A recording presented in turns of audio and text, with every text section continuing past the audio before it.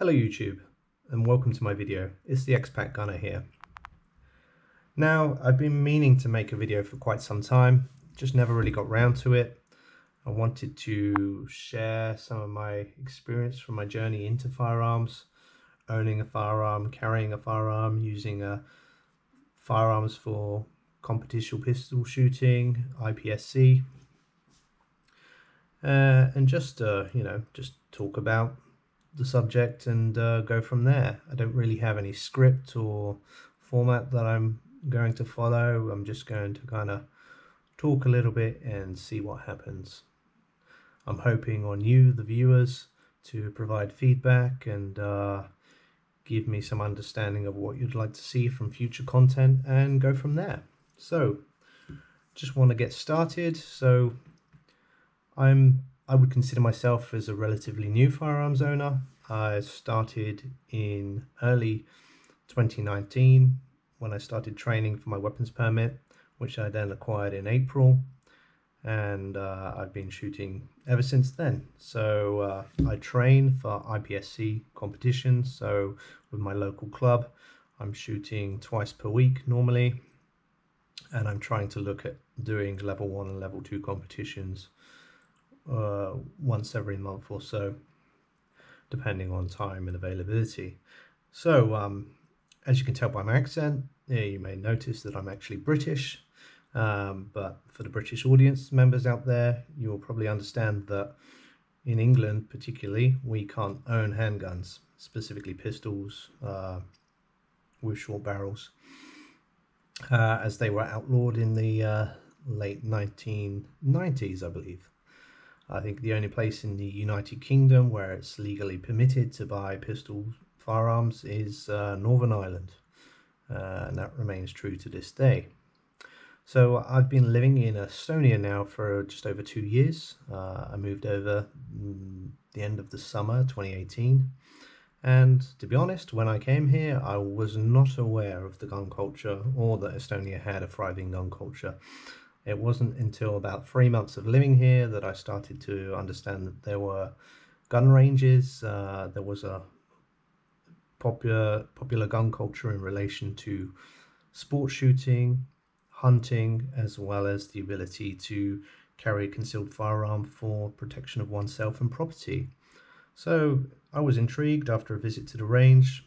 I got to try a couple of pistols for the first time. I think I tried a Glock 19, a Glock 17, and a 6-hour P320. And I think after that first visit, I was kind of hooked. I really wanted to shoot more, and I started to research and understood more about the culture here in Estonia in relation to firearms and firearms sports. So I focused heavily on preparing for the weapons permit exam, meeting the criteria that's needed in terms of psychiatric evaluation, medical check, background for your criminal records check, and all of these various elements that you need to fulfill before you can apply. And then you apply for a weapons permit, which is a 2-part exam. The first is theory-based, covers aspects of the weapons law here in Estonia, ownership, potential carry scenarios, and then the second part is a practical exam, which covers demonstration of safe handling of a firearm, as well as your ability to be able to shoot a target from 25 meters away. So I passed this in April, and my journey into firearms began really from there. From that point on, well, in relation to ownership, I would say, because obviously my journey started when I started training. Well, I would say from that first visit to the range where I really enjoyed shooting the pistols. However, here we are today, and I just wanted to kind of just cover off some topics about pistols I've chosen, how I choose to carry them, etc. So in April I brought my first Glock, which is this Glock Model 45. So all pistols have been checked, safety checked. As you can see, there's no round in the chamber, it's clear, the magazine is empty and removed. So this Model 45 was my first Glock, and I was torn between what pistol to buy at the beginning. I wanted a competition orientated pistol, and I wanted a pistol that I could use for self-defensive purposes. So Glock seemed to tick all of those boxes. However, a lot of people rave about the 19, but there was an issue with the 19 Gen 5s that I didn't like, which the Model G45 seemed to overcome. So anyone that's familiar with the early editions of the 19 Gen 5 and 17 Gen 5 particularly will notice that those pistols had a half moon cutout here at the bottom of the frame. Now, I wouldn't consider that I have big man's hands. I would probably say small to medium size, but on the 19-inch grip I could feel that half moon cutout here, because the 19 grip would finish here, just where my little finger ends. So I really liked the 19 because it didn't have that feature and it had a full-size grip. It felt, to me, more balanced and a bit more comfortable in the hand. Now, when you buy Glock pistols, mostly in Europe, they come with standard factory polymer sights, the U-notch, or the white goalpost as some people refer to. So after a few months of having this one, I changed out the sights. I put some Ameriglo Hackathorns on here, which feature a high visibility front sight and a blacked out serrated rear. And I find that these work very well. The orange sight is very easy to pick up, very good for quick target acquisition. Maybe not so good in competition, because whereas the competition pistols, a lot of them have very thin fiber optic front sights. The front sight post on here is a little bit thicker, so these would be considered more kind of combat defensive sights as opposed to target sights. But again, that's just one of the things I've learned trying to use this pistol in competitions versus my dedicated competition pistol, which is not here, but I will talk about it in another video. So that is the 45.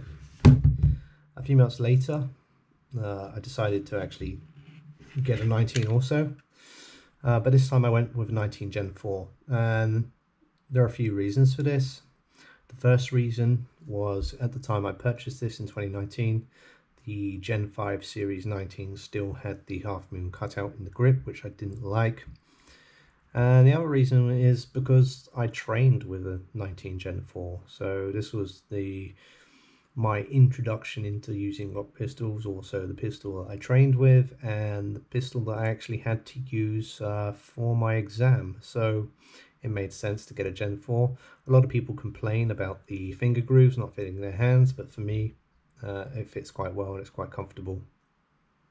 So again, this pistol was clear and safety checked. This pistol also came with the standard Glock factory polymer sights. I opted to replace these with some Ameriglo iDot Pros. So with these sights you have a high visibility front with a trinium vial inside, much like you do on the Ameriglo Hackathorns. However, the rear sight has a single trinium vial in the rear, so it's like a figure eight configuration. I think there is a similar sight by Heine's called the Straight 8s, and these basically do the same thing. So with this one I opted for the yellow just to kind of see what the difference is, but comparing between the two, I actually slightly prefer the orange. I think my eye picks it up a little bit better, but they're both more than usable. But again, the front sight posts are a little bit thicker than your traditional target or competition sights, so they are usable in competitions, but I still prefer a thinner sight post. But apart from that, the 19 is relatively stock. It's had a few modifications, one of which is I put an extended Vickers Tactical magazine release in here, because it meant that if I take an empty magazine from here somewhere, it meant that I could easily release the magazine without having to amend my grip. So that's the reason why I took the upgrade path there. Also, as well as the sights, I upgraded the trigger slightly. So this has a Ghost Edge 3.5 pound trigger connector. So what this does is it smooths out the trigger bump, so it goes straight back. There's a nice tactile reset as well, which is common with all Glock pistols. But instead of having a bump, it just smoothly goes back until it breaks, which is quite a nice feature. That's the only modification I've done to the actual trigger system. I wouldn't want to change springs or anything like that. I believe keeping it as stock as possible. But also another difference with the 19, especially the Gen 4 versus the Gen 5, as you will see here in the trigger, you have like these edges which are not present on the Gen 5 versions, and so that trigger connector also helps to smooth out this. Before it was a little bit hard and you could feel it. Now it's a lot more comfortable to shoot. I haven't gone back to compare how it was before, so I feel the difference now, but to understand how dramatically it's changed, I would have to then reinstall the connector or try a standard Glock stock configuration to see. So if we look at the actual trigger of the Gen 5, we can see that this is smooth. Again, Gen 5 triggers are dramatically improved over the standard Gen 4. You pull back, you have that wall, it's quite distinctive, and then you have a nice clean break. If we rack that, we can check the reset. Nice and tactile again. A few millimeters of grip before the wall, and then break. So, Gen 5 also, the Gen 5 features specific to all Gen 5 pistols and the 45 is that you have a much better coating on the pistols. You have ambidextrous slide release, slide stop, and you have what's called Glock's marksman barrel. So one thing I've noticed is the coating on the slide is very resilient. If we look at the Gen 4, for example, I don't know if you can see this on camera, but my slide particular has picked up quite a lot of marks from holster wear. Granted, the 19 has been carried more, a little bit more than the G45, but they share the same holsters, and I have noticed that Gen 4 slide finish picks up marks very easily in comparison to the Gen 5, which is not a problem for me because the 19 is my main carry gun. I expect it to show signs of wear. I'm not expecting any of my pistols to be safe queens. I think the wear marks and usage actually gives the gun some character and actually shows that it has been serving some kind of purpose. But anyway, that's just one of my observations there. Another observation is the barrel coating. Actually, I think the Gen 5s in particular have tighter tolerances versus the Gen 4s and below, and as you can see here, you have some markings on the barrel that have come from use. Now, I do keep my guns lubed, and I do lube the barrels. Being a relatively new owner, I don't know if I lubed it enough and why it maybe picked up these marks. Have ordered a Gen 5 17 MOS because I'm very keen to get into carry optics, so I will pay more attention to the wear on the barrel on the Gen 5 series to see if adding extra lube or being more aware of the lubrication on the barrel does minimize wear early on.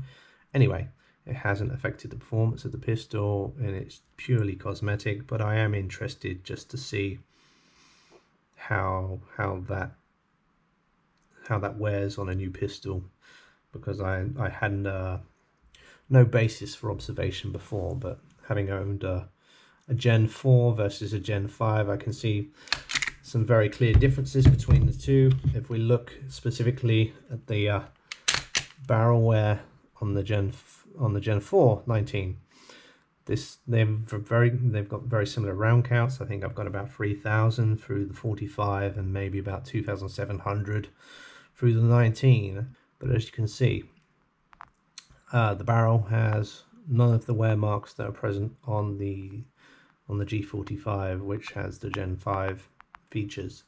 So I think because the tolerances are higher, perhaps the metals of the barrel and the slide mate together more, which causes some of that finish wear, which is not present on the 45. I'm sorry, on the 19.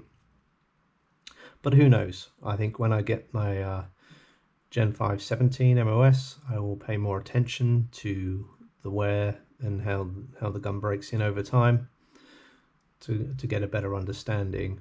Was it down to not enough lube, or is it just a feature of the gun's tolerances that make it wear more? I don't know, that remains to be seen. Anyway, it is what it is. It's not a point that bothers me, it's just an observation and something to be aware of. So now I'll quickly touch on holsters. So originally when I started carrying my Glock 45, I was using a Bravo concealment, torsion free inside the waistband holster. That's a very good value proposition. It's easy to use, easy to configure. However, I felt I would just wanted to try a few more options, and I was experimenting with compact weapon lights, mainly the Nightstick TCM 550 XL, which is very similar to the Streamlight TLR7 series of lights. I wanted the ability to have a holster which I could use with or without the weapon light, and that's quite rare to see. However, there was a couple of companies that actually make these, and I think one of the best I've seen is from a company called Tenicor. So they do a couple of series, I think they're known as the ARC series. So they have this inside the waistband holster, which is called the SAGAX Lux. Unfortunately, you can't see any of the branding or model on here. It's worn away from use. So these do get used on a daily basis. Appendix is something that I typically would carry during the kind of spring and summer months, and I would normally go to outside the waistband in autumn and winter, depending on what I'm wearing. Now, this is a very well made holster. It uses these discrete carry concept T1 clips. Once they're on your belt, they're not coming off unless you take them off. But the great thing about this holster is that it has room for a compact weapon light, and the retention works with or without the light attached. Most holsters that are designed for use with a light will only retain the firearm if the light's attached. Not the case with the Tenicor option. If we try the 45, for example, we'll see you have the gap here for the weapon light, but again, retention is very good, very solid. You can get a good purchase on the pistol and then remove it from the holster. Same compatibility goes with the 19. Again, a nice fit, and no problem with or without the light. Highly recommended. I've used this for about a year now, just over a year. I've had no problems with it at all. Found it to be very comfortable because you have this this contoured body contoured shape, I think they call it, and yeah, it's worked very, very well. Now, my outside the waistband option is also by Tenicor. This is called the Arc Lux. I think you can see just there. But again, it follows the same design principles as the SAGAX Lux. It enables the weapon to be holstered with or without a compact weapon light attached. And it has very good retention. And this one fits very close to the body, so it's very easy to conceal with a hoodie, with a long t-shirt. Not much of an issue there. And it's a very good retention there. As you can see, I struggled to take it out almost. And put the 45 in there as well. Again, no problem at all. But obviously, as you see, when you're concealed carrying, the 45 grip does stick out a little bit more. We'll do a little bit of a comparison in a minute, just to see how much that is.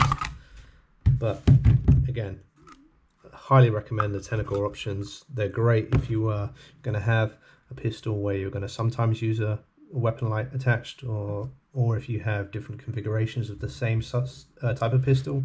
So for example, I would have my 45 or my 19 would carry a light, and the other would be without a light, but the fact that I could use both holsters regardless was a benefit for me. Another holster from a popular manufacturer that follows a similar principle is the Safariland. Now this is I think this is a 73, 78 series, ALS series holster. This has the paddle attachment. It also comes with a belt attachment, but I really like the paddle because it's easy to put on and take off. Now again, this holster was designed for use with a series of compact weapon lights, but again, the great thing about this holster is it can be used without them. So as you can see, very good retention. There's no wiggle in the holster. It's very robust, very strong, very positive inside there. But the great thing about this holster series is you have this lever here. So this is part of the ALS locking mechanism, and you have a lever in here in the holster structure, which actually locks into the ejection port channel there to keep its retention. So it's not dependent on the light. So when we want to draw from this holster, we have a high grip. Our thumb naturally comes down on the lever, and we can then present our firearm. But works perfect with 45. Also the same with the 19. No problem at all. Pistol cannot be taken from the holster unless you depress that thumb lever there. So again, very good holster, very good option, highly recommended. These are probably my 3 top picks. So a little bit onto magazines now. So those familiar with the Gen 4s and Gen 5 Glocks will know that the magazines are slightly different. I think the biggest visual difference for anybody to see would be the addition of the orange follower versus the traditional black follower, and the more subtle difference will be the base plates. If you see on the Gen 5, you have an extended base plate which is slightly curved up. This was designed to work in conjunction with the half moon cutout. Also, there is an issue with these magazines in the 19X because of the extended base plate. They won't fit, so those people with 19Xs will have to use the standard Gen 4 or below magazines. So the Gen 4 just has a standard base plate and a black follower, nothing special there. You can also get these 19 round extended mags. Basically it's the same as a 17 with a +2 base plate. These will work in the 19X, and also the 19X version is identical to this but in the Coyote Tan version. Now for the 19, I only have Gen 4 mags. I actually have one Gen 3 as well somewhere. But they are, again, smaller base plates, black followers. You can also get some third-party mags, such as the PMag here. Key difference between the two is that the PMags are obviously cheaper, but they're completely polymer, so they don't have any steel frame inserts. They do have the orange follower. I think they were one of the first manufacturers actually to do orange followers, and then Glock obviously seen this as a very good idea and has incorporated that into their Generation 5 mags. Another key distinction between the two is official OEM Glock mags have the witness holes at the back, whereas PMags only have a witness hole for 15 rounds on both sides. So if you've got less than 15 rounds in, you won't know exactly how many you have, and that's just one thing to note. Base plates are slightly different, and PMags are a lot. They weigh less, and they definitely feel different in the hand. I would say they feel hollow, like a hollow shell, versus the Glock. So the Glock is definitely better quality. Price difference, I think this was 17 euros and these are about 27, so about 10 euro difference. I would say, in my personal opinion, I would always go Glock OEM. I wanted to try the PMags to see how they were.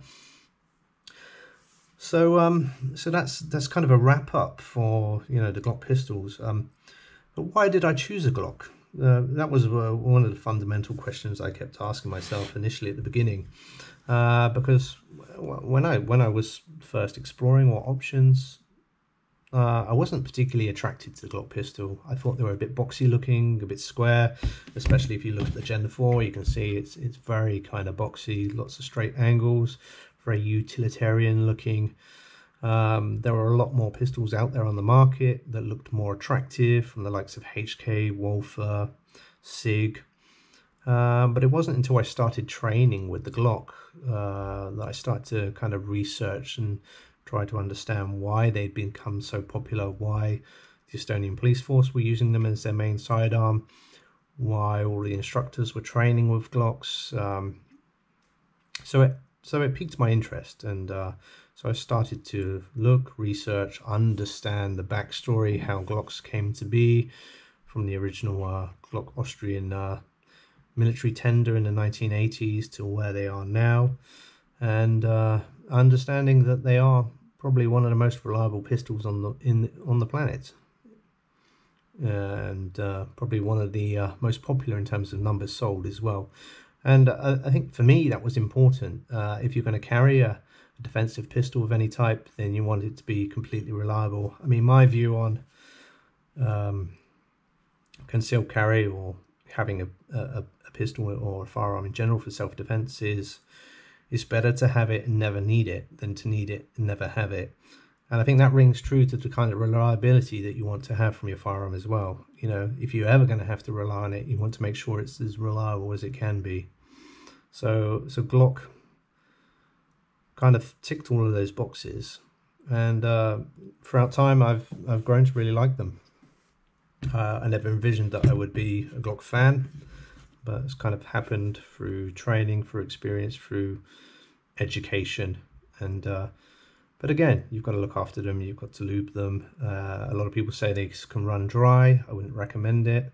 I mean, obviously you'll pick up more wear like you do on the barrel here if you don't run enough lube, or if you do run enough lube. So I don't know, I'm still learning through the process.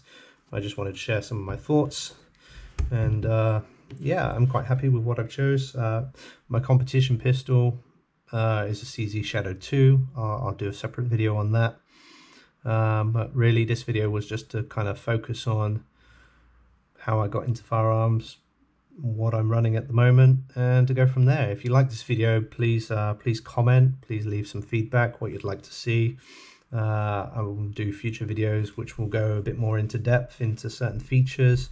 I'll also look to do future videos to discuss the optic I've chosen, and maybe cover some of the installation in the future. I'm just waiting for my Glock 17 to come in, but I think that will do for now. So if you like this video, please give it a thumbs up, and if you want to see more content, please subscribe to my channel, and I welcome any feedback. Thank you. GoPro, stop recording. GoPro, end video.